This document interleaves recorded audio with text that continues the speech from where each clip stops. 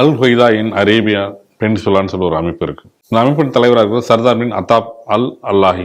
இவர் ஒரு வீடியோ வெளியிட்டிருக்கார். அந்த வீடியோ வந்து கிட்டத்தட்ட 34 நிமிடங்கள் ஓடக்கூடிய வீடியோ. அந்த வீடியோவில் வந்து அவர் என்ன சொல்றாருன்னா வந்து அமெரிக்க அதிபர் டொனால்ட் ட்ரம்ப், துணை அதிபர் ஜேடி வான்ஸ் உள்ளிட்டவர் வந்து கொள்ற மாதிரி இது பண்ணியிருக்காரு. அது என்ன காரணம் அப்படி சொன்னா, அவர் எதுக்காக சொல்லியிருக்காருன்னா, அமெரிக்காவில் உள்ள முஸ்லீம்கள் வந்து காவிரி அமெரிக்கர்களை தாக்குங்கள் சொல்லிட்டு சொல்றாரு. அதுக்குன்னு யாருடனும் நீங்க வந்து எந்த ஒரு டிஸ்கஷன் பண்ண வேணாம், யாரும் பண்ணாம உடனே தாக்குங்க. வெள்ளை மாளிகையில் உள்ள அரசியல்வாதிகள் மற்றும் அவரது குடும்பங்களை இலக்கா வச்சு நீங்க தாக்கல் பண்ணுங்க, இதான் நம்முடைய இதுன்னு சொல்லிட்டு இந்த ஒரு ஆர்ப்பாட்டத்தை அறிவிச்சிருக்காரு. ரெண்டாவது இன்னொரு விஷயம் சொல்றாரு, கூடிய அதாவது இந்த Trump, J D Vance, Elon Musk, Marco Rubio, Peter Hegseth, இவங்க எல்லாமே முக்கியமான ஒரு கூடிய ஒரு இது. இவங்களையும் வந்து நீங்க வந்து இலக்கா வச்சு தாக்குதல் நடத்துங்க.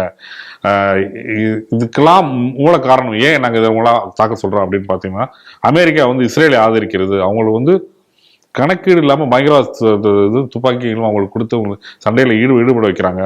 அதனால வந்து இவர் வந்து இது இவங்களெல்லாம் தாக்குன்னு அப்படின்னு சொல்லியிருக்காரு. இவரை பற்றி பின்னோட்டமாக செய்தியில் பார்க்க போகும்போது இவர் ஏற்கனவே தேடப்படும் குற்றவாளியாக இருக்கிறதா இவருக்கு தலைக்கு வந்து 6 மில்லியன் வந்து வெகுமதி தரதா வந்து அளிக்கப்பட்டிருக்கு.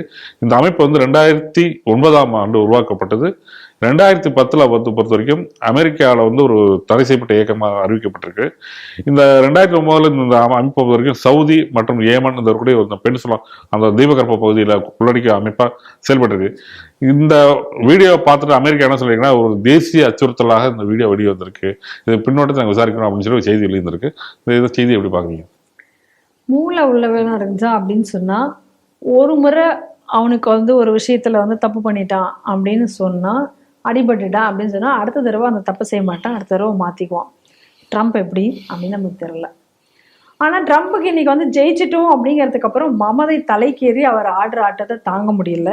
அதனால திரும்ப அவர் அடி வாங்குவாரோ அப்படிங்கக்கூடிய ஒரு கேள்வி நமக்கு எழுகுது இந்த வீடியோ பார்க்கும்போது. கொஞ்ச நாளைக்கு முன்னாடி தான் இவர் வந்து எங்க போயிருந்தாரு, கத்தாருக்கு போயிருந்தாரு.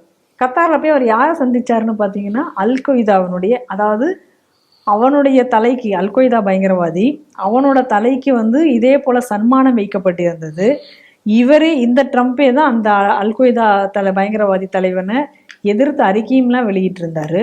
அவனோட நின்று போட்டோ எடுத்து அது சமூக வலைதளங்களில் வெளியானது. கத்தார் வந்து ஒரு விமானம் தரேன் அப்படின்னு சொன்னோன்னே அதை போய் வாங்கிட்டு வந்தார், பிச்சைக்கார மாதிரி.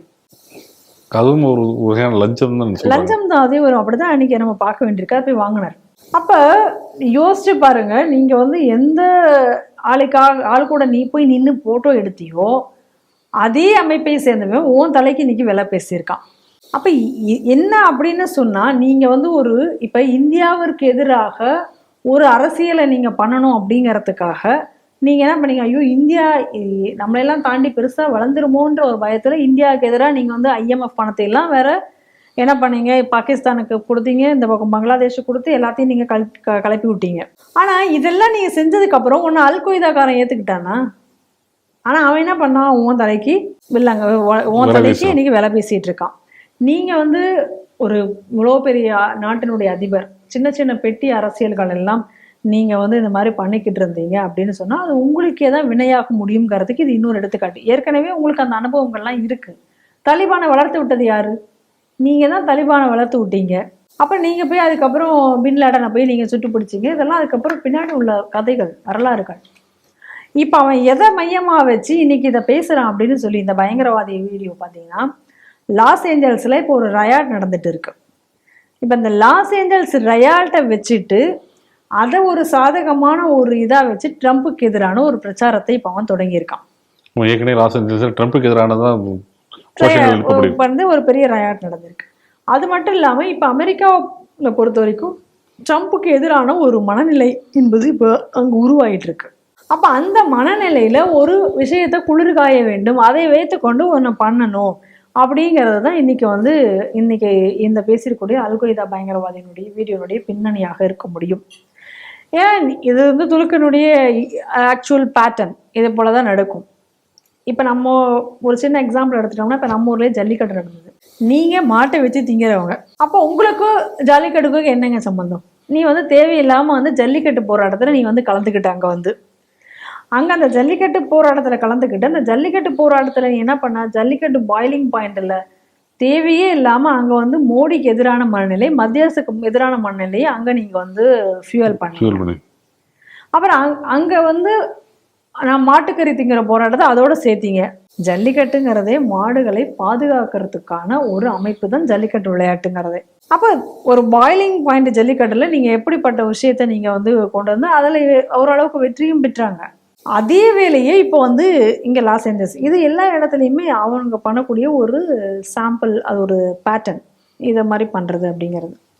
அது தொடர்ந்து இதுவும் இப்போ நடந்துட்டு இருக்கு. அப்போ இன்னைக்கு ட்ரம்ப் இதெல்லாம் புரிஞ்சுக்குவாரா அப்படிங்கிறது ஒரு மிகப்பெரிய கேள்வி. ஏன்னா இப்போ அந்த இதில் பார்த்தீங்கன்னா ட்ரம்ப்போடு கூட இருக்கக்கூடிய பர்சனல் செக்ரட்டரி, அவருக்கு அட்வைசரி செக்ரட்டரி அப்படின்னு இருக்கிற ஒருத்தரை கூட இந்த மாதிரி ஒரு துலுக்கனை தான் அவர் வந்து அவரும் வந்து ஒரு தீவிரவாத அமைப்பு தொடர்புள்ளவர், ஒரு தீவிரவாத அமைப்பில் தொடர்புள்ளவராகவும் தான் இருக்கிறார் அப்படிங்கிற செய்திகள்லாம் வந்தது. இதெல்லாம் இனி ட்ரம்ப் எப்படி புரிஞ்சுக்க போறார், எப்படி அதை வந்து ஹேண்டில் பண்ண போறாருங்கிறத பார்க்கணும். இன்னைக்கு இந்த ஒரு ஹோதால வந்து ட்ரம்ப் தன்னை வந்து ஒரு, அதான் சொன்ன ஏற்கனவே மமதையினுடைய இதுல இன்னைக்கு என்ன பண்றாரு, எல்லாத்தையும் விட்டுட்டு சைனா கூட உள்ள டீலை கூட இன்னைக்கு பேசி முடிச்சிருக்காரு. ஆனா இன்னைக்கு அந்த விட்டு கொடுத்து இன்னைக்கு சைனாவுடைய, அதாவது சுயநலத்தினுடைய உச்சம் வந்தபோது இப்படிலாம் தான் வருங்கிறதுக்கு சைனாவோட டீலை இன்னைக்கு பேசி முடிச்சிருக்காரு. ஆனா இந்த சைனா டீல் இவர் போனதுனால இப்ப இன்னைக்கு அமெரிக்காவுக்கு தான் பெருத்த அளவில் வந்து நஷ்டம் ஏற்பட போகிறது என்பதையும் நம்ம பார்க்க போறோம்.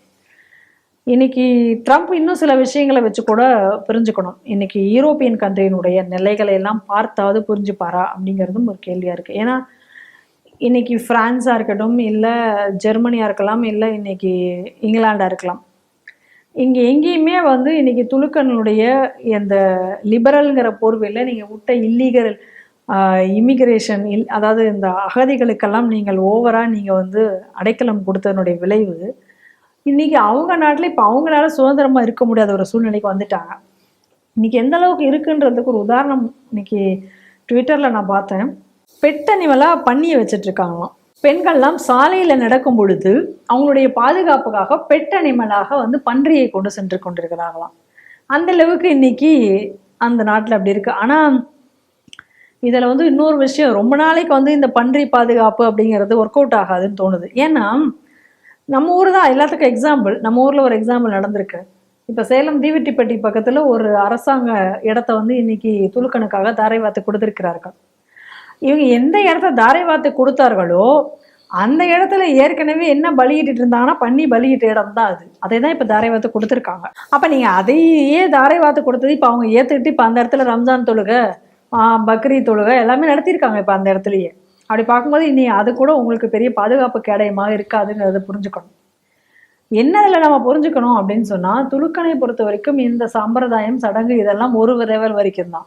அவங்களை பொறுத்த வரைக்கும் இந்த உலகத்தை என்ன ஆனாலும் அவர்களே ஆள வேண்டும், அதுல வேற யாரும் வந்துடக்கூடாது.